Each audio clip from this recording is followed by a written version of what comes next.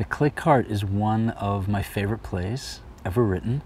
I encountered it 15 years ago, and I couldn't believe that a 2,000-year-old play was so vibrant and so action-packed and so alive and so human. The fact that all these characters from all these different walks of life interact with each other and their paths cross through this story is really in line with my worldview and what I care about, and I think really in the spirit of Shakespeare and the kind of work that we do here at OSF. So it just felt like a perfect way to launch this first season.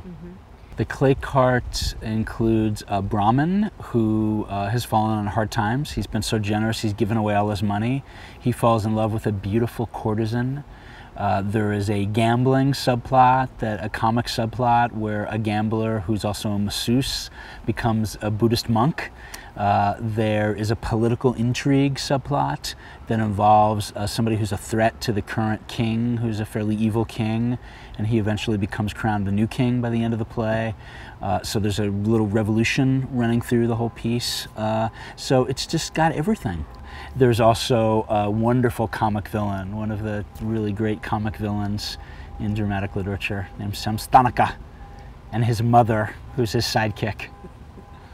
The clay cart of the title belongs to our hero's son.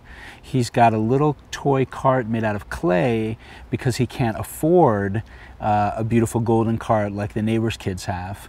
And the courtesan leaves jewels in the clay cart that end up becoming a crucial piece of evidence in a murder trial. So it's very exciting. I hope everybody sees the Clay Cart who comes to the Oregon Shakespeare Festival next season, because it is surprising. It is both familiar and unfamiliar in that way that great works of art are.